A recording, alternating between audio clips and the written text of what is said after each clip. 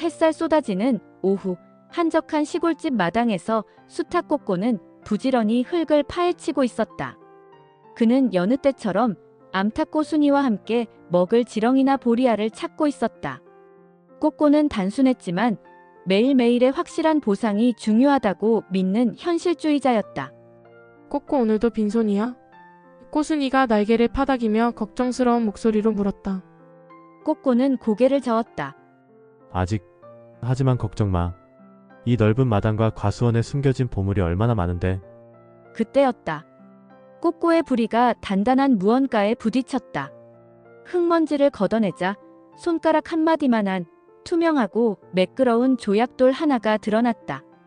빛을 받으니 오묘한 푸른빛이 감돌았다. 꼬꼬는 난생 처음 보는 물건에 고개를 갸웃거렸다. 이게 뭐지?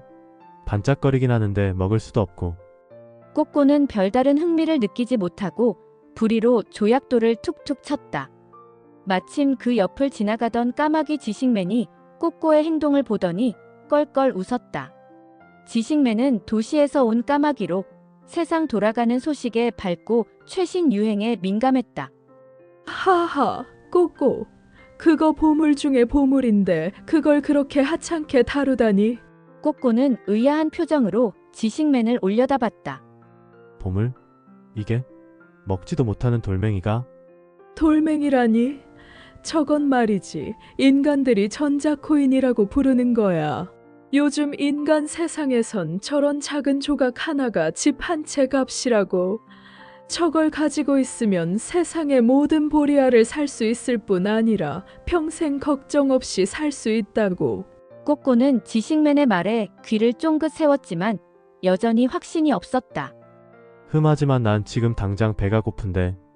저걸 먹을 수도 없고 당장 보리알로 바꿀 수도 없잖아? 꼬순이가 조심스럽게 다가와 말했다.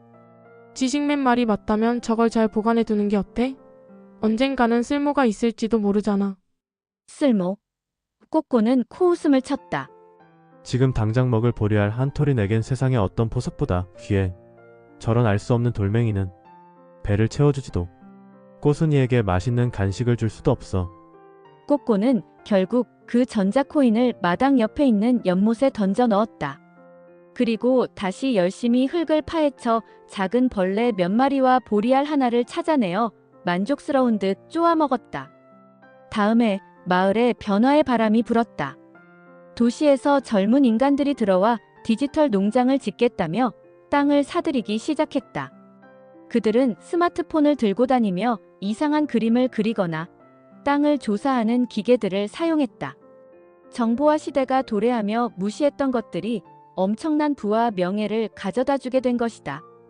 정보를 알아보지 못한 이들은 허겁지겁 뒤늦게 정보화 세상에 뛰어들었지만 따라가기 바쁜 세상이 되었다.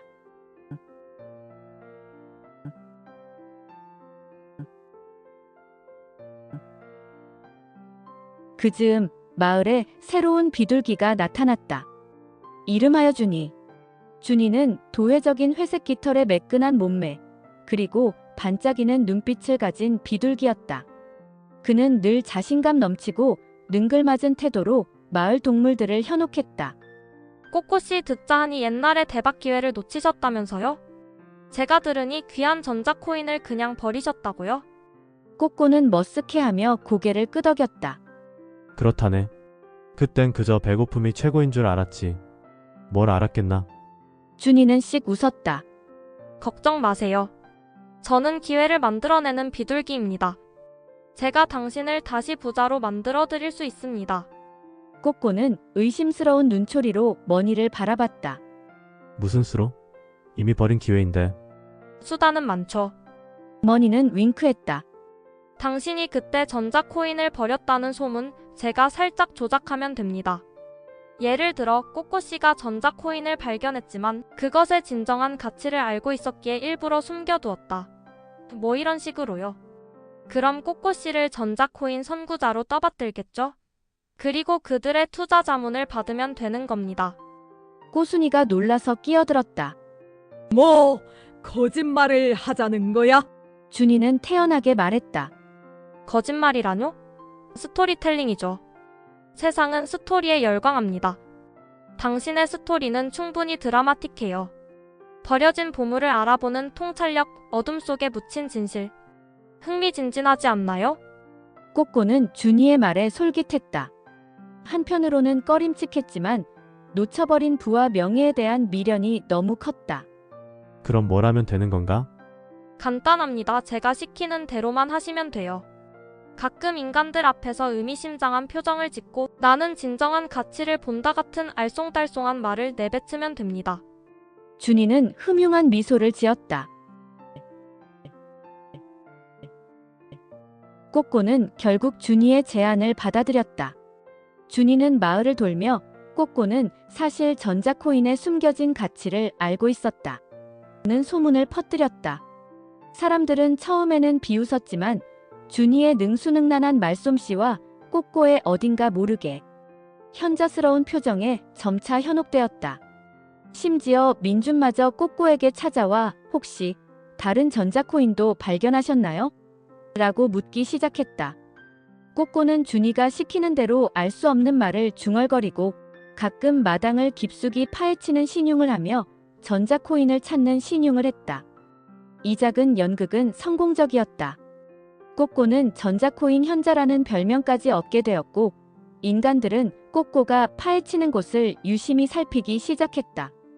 어느 날 준이는 꼬꼬에게 은밀히 속삭였다. 꼬꼬씨, 이제 마지막 단계입니다. 제가 특정 위치를 알려드릴 테니 거기서 마치 전자코인을 발견한 것처럼 연극을 하십시오.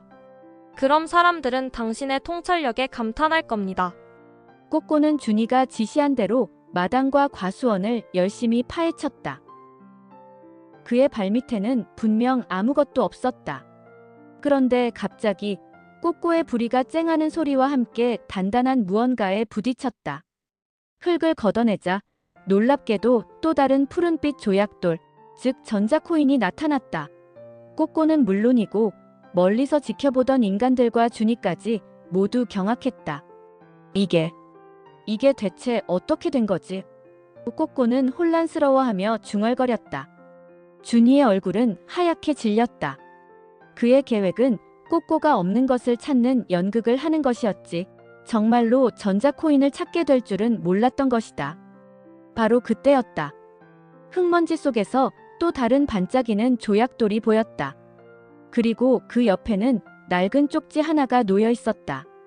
꼬순이가 용감하게 다가가 쪽지를 물어왔다. 꼬꼬, 여기 뭐라고 적혀 있어? 꼬꼬는 쪽지를 받아들었다. 글을 읽을 수는 없었지만 그림으로 보아 분명 낡은 지도였다.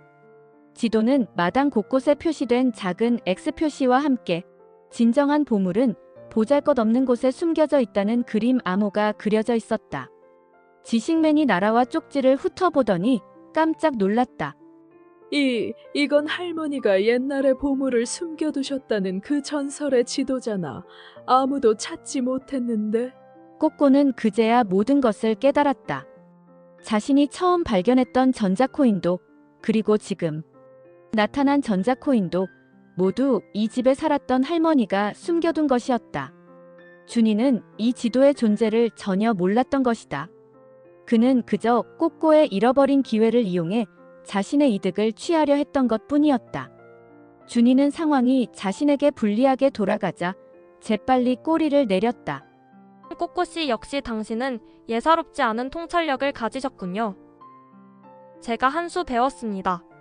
그리고는 바람처럼 사라져버렸다. 이 소식은 마을 전체를 뒤흔들었다.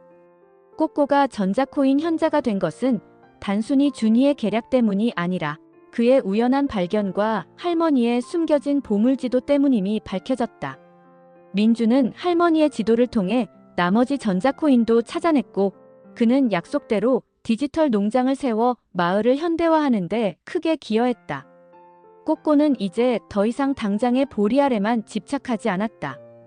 그는 지식맨과 함께 할머니의 지도를 해석하며 과수원 곳곳에 숨겨진 또 다른 작은 보물들을 찾아냈다. 그것들은 전자코인처럼 거대한 부는 아니었지만 희귀한 씨앗이나 잊힌 도구들처럼 소박하지만 의미 있는 가치들을 담고 있었다. 꼬꼬는 꼬순이에게 말했다. 꼬순아, 난 그저 먹이를 찾았을 뿐인데 이런 엄청난 일들이 벌어질 줄이야.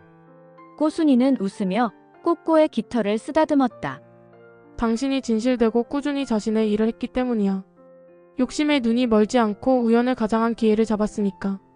지식맨이 다가와 말했다. 꼬꼬, 내 이야기는 아주 특별한 교훈을 주는구나. 눈에 보이는 것이 전부가 아니고 눈에 보이는 부가 항상 진정한 가치를 의미하는 것은 아니라는 것.